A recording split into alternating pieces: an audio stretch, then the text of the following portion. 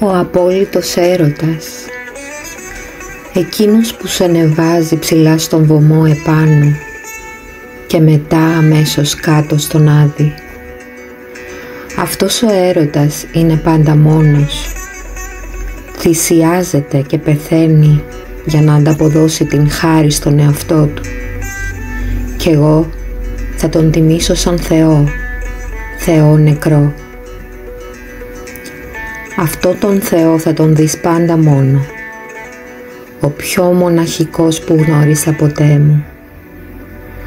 Θα τον δεις άλλοτε να κάθεται πάνω στο χείλος του γκρεμού, άλλες φορές πάνω στα κύματα να περπατά, κι άλλοτε κάθεται στο μπαρ και πίνει δίπλα σου, τρελός και πάντα αγνώριστος.